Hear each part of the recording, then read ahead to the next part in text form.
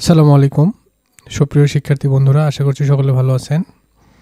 আজকে আমরা AC generator দেখব। এর পূর্বে লেকচার 8-এ খুব সম্ভবত আমরা দেখেছিলাম ডিসি জেনারেটর।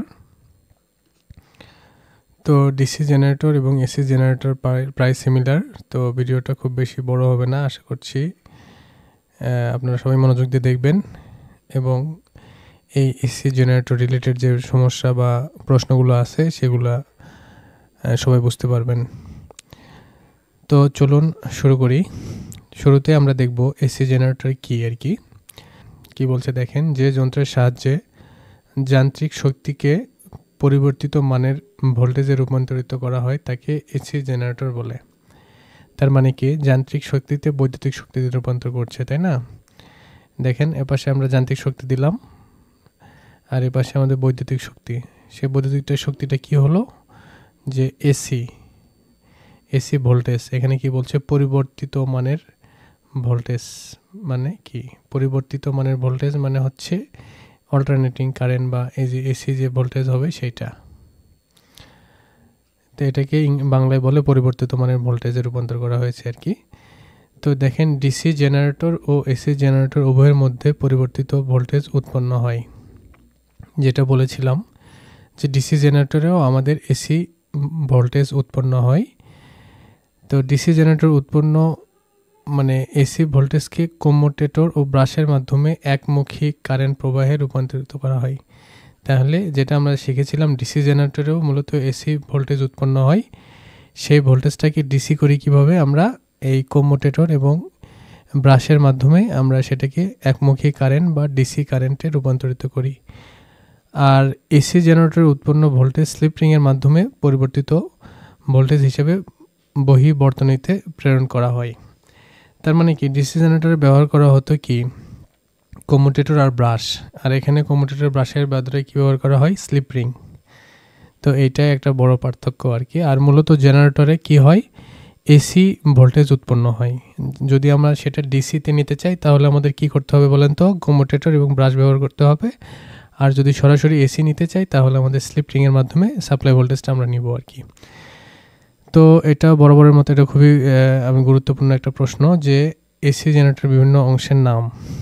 এখানে দেখুন, armature, rotor, prime mover, exciter, slip ring, carbon brush, এগুলো হচ্ছে মোটামুটি গুরুত্বপূর্ণ অংশ এসি জেনারেটরের আর কি। তো এই জিনিসগুলো আমরা দেখেছি, তাই না? ডিসি জেনারেটরেও দেখেছি আর্মেচার বা prime mover, exciter, slip ring অবশ্য দেখি নাই, ব্রাশ দেখেছিলাম, কার্বন ব্রাশ। তো আমরা আর্মেচার সম্পর্কে যদিও ধারণা রাখি, তারপরে একটু দেখি আর্মেচার কি। অল্টারনেটরের স্থির অংশকে কি বলে, আর্মেচার বলে। আর্মেচার দেখতে অনেকটাই কার মতো, ড্রামের মতো।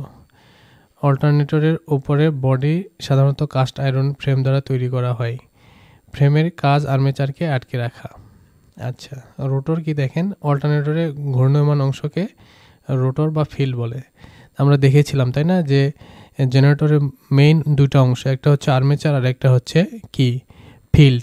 তো রোটর দেখতে অনেকটা ফ্লাই হুইলের মতো, যার ভিতরে এন পোল এবং এস পোল সৃষ্টি করা হয়। যেটা আমরা দেখেছিলাম যে এক্সাইটারের মাধ্যমে আমাদের চুম্বক ক্ষেত্র তৈরি করা হয়, এটা এন পোল, এটা হচ্ছে এস পোল, এবং এটা এইভাবে আমাদের কি হয়, ফ্লাক্স তৈরি হয়, বিদ্যুৎ আবেশিত হয় আর কি, চুম্বক আবেশিত হয়।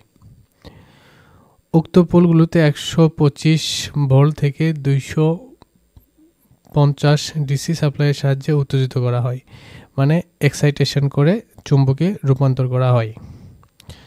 তো সেখানে কত ভোল্টেজ দেওয়া হয়, 115 থেকে 220 ডিসি ভোল্টেজ আর কি। আর প্রাইম মুভার দেখেন, প্রাইম মুভার কি,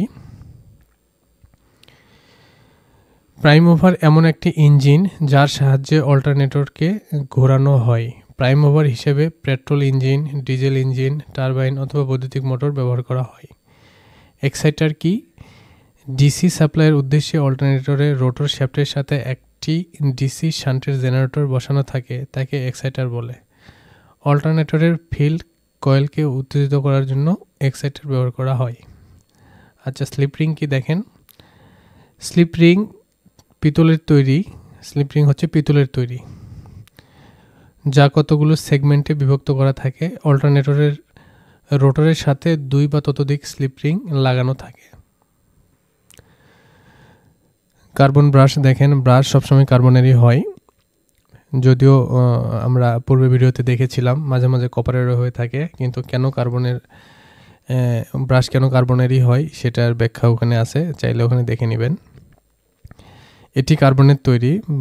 কার্বন ব্রাশ 2 স্লিপ রিংয়ের উপর বসানো থাকে, যার সাহায্যে রোটর ওয়াইন্ডিংকে এক্সাইটেশন করার জন্য ডিসি সাপ্লাই দেয়া হয়। তো এইটাই মূলত আর কি যে মেইন অংশগুলো ছিল এগুলোই। তো আপনারা লিখবেন যদি আসে কোশ্চেনে, এই ধরনের কোশ্চেন আসতে পারে যে এসি জেনারেটরের বিভিন্ন অংশের নাম লিখো। হয়তো বর্ণনা আসবে না, হয়তো নামটাই আসতে পারে, তবে বর্ণনাগুলো পড়লে আপনাদের বুঝতে পারবেন, নামগুলো মনে থাকবে, ভিজুয়ালাইজেশন হবে আর কি। আচ্ছা, মৌলিক এসি জেনারেটরের কার্যপদ্ধতি। এসি জেনারেটরের কার্যপদ্ধতি আর এটা না দেখাই বা না বলি, কারণ সবগুলোরই কার্যপদ্ধতি মোটামুটি সেম। আপনারা যদি এটা জানতে চান তাহলে লেকচার 8-এ আপনারা দেখবেন, ওখানে আমি আলোচনা করেছি ডিসি জেনারেটরের কার্যপদ্ধতি। সেখানে এই এসির মতোই আর কি, কিছুটা না, প্রায় 90% এসির মতোই। ওখানে শুধু কম্যুটেটর ছিল, এখানে স্লিপ রিং আছে। ওখানে কম্যুটেটর ব্রাশের মাধ্যমে মানে সার্কিট থেকে আমরা মানে জেনারেটর থেকে বিদ্যুৎ নিতাম, আর এখানে স্লিপ রিং এবং ব্রাশের মাধ্যমে বহির্বর্তনীতে লোডে সরবরাহ করা হয়। আচ্ছা, এটা একটু দেখবেন। ফিল্ড এক্সাইটেশনের বিভিন্ন পদ্ধতি নিম্নে দেওয়া হলো। তাহলে এই যে আমরা যে এক্সাইটেশন করি তার 3টা পদ্ধতি এখানে আছে, দেখেন একটু আমরা বর্ণনা করি। কোনো এসি জেনারেটরের রোটর শ্যাফটের সাথে একটি সেলফ এক্সাইটেশন শান্ট বা কম্পাউন্ড ডিসি জেনারেটর চালানো হয়। উক্ত জেনারেটরে উৎপাদিত ডিসি ভোল্টেজ এসি জেনারেটরের ফিল্ড এক্সাইটেশনের জন্য ব্যবহৃত হয়। তাহলে এটা কি বুঝলেন? এটা আমরা যে পূর্বে জেনেছিলাম, একটা হচ্ছে সেলফ এক্সাইটেশন আর হচ্ছে সেপারেটলি এক্সাইটেশন, তাই না? তো এখানে কি দেখলেন, কোনো এসি জেনারেটরের রোটর শ্যাফটের সাথে একটি সেলফ এক্সাইটেশন শান্ট বা কম্পাউন্ড ডিসি জেনারেটর চালানো হয়। তাহলে এটা কি সেলফ এক্সাইটেশন, এই পদ্ধতিটা কি সেলফ এক্সাইটেশন, তাই না? এটা একটা পদ্ধতি। আরেকটা দেখেন, এসি জেনারেটর উৎপাদিত ভোল্টেজকে রেকটিফায়ারের মাধ্যমে ডিসি করে এসি জেনারেটরের ফিল্ডে এক্সাইটেশনের জন্য ব্যবহৃত হয়। তাহলে এসি জেনারেটর যে ভোল্টেজটা উৎপাদিত হবে সেটাকে আমরা রেকটিফায়ারের মাধ্যমে, রেকটিফায়ারের কাজ কি, এসিকে ডিসি করা। এটা অবশ্য ইলেকট্রনিক্সে সার্কিটের, এটা ইলেকট্রনিক সার্কিটে এটা খুবই গুরুত্বপূর্ণ যে রেকটিফায়ারের কাজ কি, এসিকে ডিসিতে করে আর কি। তো এসি জেনারেটর উৎপাদিত ভোল্টেজকে রেকটিফায়ারের মাধ্যমে ডিসি করে এসি জেনারেটরের ফিল্ডে এক্সাইটেশনের জন্য ব্যবহৃত করা হয়। আমাদের এক্সাইটেশনের জন্য কি ভোল্টেজ দরকার? ডিসি ভোল্টেজ দরকার। ওকে, তারপর আবার দেখেন, ছোট এসি জেনারেটরের ফিল্ডকে স্থির রেখে আর্মেচারকে ঘোরানো হয়। তাহলে এটা দেখেন, ছোট জেনারেটরের ফিল্ডকে স্থির রেখে আর্মেচারকে ঘোরানো হয়। এটা আমি বলেছিলাম কিন্তু যে আর্মেচার ঘুরবে বা ফিল্ড ঘুরবে, এটা মানে স্বতঃসিদ্ধ কোনো নিয়ম নেই। এটা যেভাবে ডিজাইন করা হয় বা যেটা আমাদের প্র্যাকটিস আছে ওইভাবেই চলে। কিন্তু আপনি চাইলে আর্মেচারকেও ঘোরাতে পারেন, চাইলে ফিল্ডকেও ঘোরাতে পারেন। আচ্ছা দেখেন, সেক্ষেত্রে ঘুরন্ত আর্মেচার হতে স্লিপ রিং বা কার্বনের সাহায্যে যে এসি বিদ্যুৎ শক্তি পাওয়া যায় বলছে, দেখেন এসব ক্ষেত্রে এসি ওয়াইন্ডিংয়ের ওপর অন্য একটি ছোট ডিসি ওয়াইন্ডিং হয়।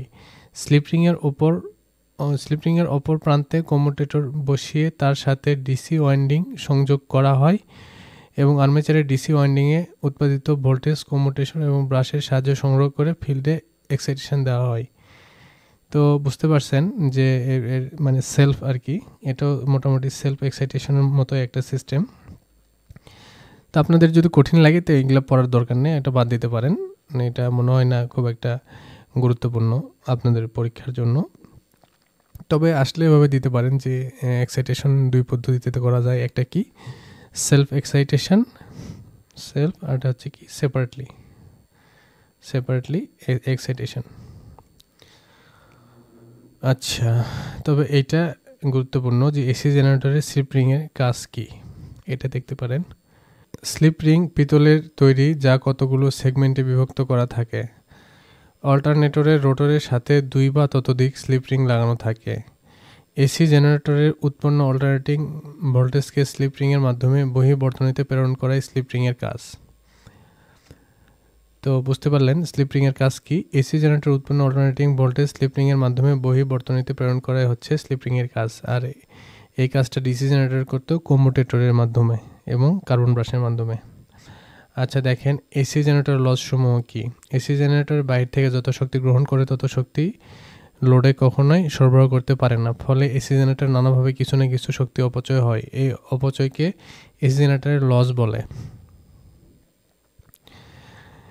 এসি জেনারেটর যে সমস্ত অপচয় হয় তা নিম্নে দেওয়া হলো। কি হয়? রোটেশন লস হয়, ঘূর্ণনজনিত একটা লস হয়, কপার লস হয়, কোর লস হয়। কপার লস যেটা আমরা বাংলায় দেখেছিলাম হচ্ছে তামা লস। তামা লস এটা দেখেছিলাম বাংলায় ডিসি জেনারেটরে। ইংরেজিতে কপার লস। কোর লস দেখেছিলাম যেটা ছিল খুব সম্ভবত লোহা বা এরকম একটা আয়রন বা এরকম একটা কিছু লস দেখেছিলাম, এখন মনে হচ্ছে না বাংলায়।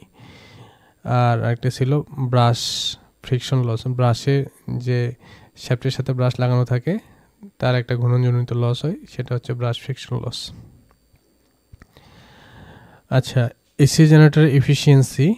এসি জেনারেটর পরিচালনা করার জন্য যে শক্তি বাইরে থেকে দেওয়া হয় তাকে গৃহীত শক্তি এবং জেনারেটর থেকে যে শক্তি উৎপন্ন করা হয় তাকে উৎপাদিত শক্তি বলে। এসি জেনারেটর উৎপাদিত শক্তি এবং গৃহীত শক্তির অনুপাতকে এসি জেনারেটর এফিসিয়েন্সি বা কর্মদক্ষতা বলে। একে ইটা দ্বারা প্রকাশ করা হয়। গৃহীত শক্তি মূলত আমরা ইনপুট বলি, তাই না? এটা হচ্ছে আউটপুট বাই ইনপুট। তাহলে ইনপুট ইকুয়াল কি? তাহলে ইনপুট ইকুয়াল হচ্ছে আউটপুট প্লাস যে টোটাল যে লস হয়েছে সেটা লসেস। এটাই তো মূলত ইনপুট সমান এটাই তো হয়, তাই না? আমরা ইনপুট দিলাম সে 10 টাকা, কিন্তু আউটপুটে পেলাম 60 টাকা, মাঝখানে 3 টাকা লস হলো, সে কথার কথা। তাহলে এটাই তো সেই কথা আর কি। তাহলে ইনপুট তাহলে কত? তাহলে 7 3 আর 7 যোগ করি তাহলে তো 10 হচ্ছে। তো সেই রকমই আর কি, input equal output plus losses. আচ্ছা দেখেন এটা খুবই গুরুত্বপূর্ণ পার্থক্য এর আগে এসেছিল মোটর আর জেনারেটরের। আচ্ছা এসি ও ডিসি জেনারেটরের মধ্যে পার্থক্য। আচ্ছা সংজ্ঞা দেখেন, যে জেনারেটরে স্লিপ রিং থাকে তাকে এসি জেনারেটর বলে, যে জেনারেটরে কম্যুটেটর থাকে তাকে ডিসি জেনারেটর বলে। আর্মেচার ওয়াইন্ডিং, এতে আর্মেচার ওয়াইন্ডিং খোলা থাকে, এতে আর্মেচার ওয়াইন্ডিং বন্ধ থাকে। ফিল্ডে ডিসি সাপ্লাই দেওয়া হয়, আর এখানে ফিল্ডে আলাদা ডিসি সাপ্লাইয়ের প্রয়োজন হয় না। ঘূর্ণায়মান অংশ, ফিল্ড অথবা আর্মেচার উভয়ই যে কোনো একটি ঘোরে। ডিসি জেনারেটর আর্মেচার ঘোরে। ফিল্ড কোর তৈরি, ফিল্ড কোর লেমিনেটেড শিট দ্বারা তৈরি, আর হচ্ছে ঢালাই লোহা দ্বারা তৈরি। এখানে ডিসি জেনারেটর এক্সাইটের প্রয়োজন হয় আর কি, আর সেলফ এক্সাইটেড আলাদা, ডিসি জেনারেটর এক্সাইটরের প্রয়োজন হয় না। তো যারা ডিসি জেনারেটর বুঝেছে আর কি তারা কিন্তু এই এসি জেনারেটরটা খুব ইজিলি বুঝবে। আর এসি জেনারেটর আরেকটা নাম কিন্তু অল্টারনেটর। তো এগুলো আপনারা একটু দেখবেন, এগুলো পার্থক্য বা বিভিন্ন অংশ বা দু একটা অংশের নাম বা কম্যুটেটর বা স্লিপ রিং, এই বিষয়গুলো ইম্পর্টেন্ট। এগুলো একটু প্র্যাকটিস করবেন বাসায়, তাহলে আশা করছি যে আপনারা এই পার্ট থেকে কোনো কোশ্চেন আসলে সমাধান করতে পারবেন। তো আজকের মতো এখানেই বিদায় নিচ্ছি। ভালো থাকবেন। আসসালামু আলাইকুম রহমতুল্লাহ।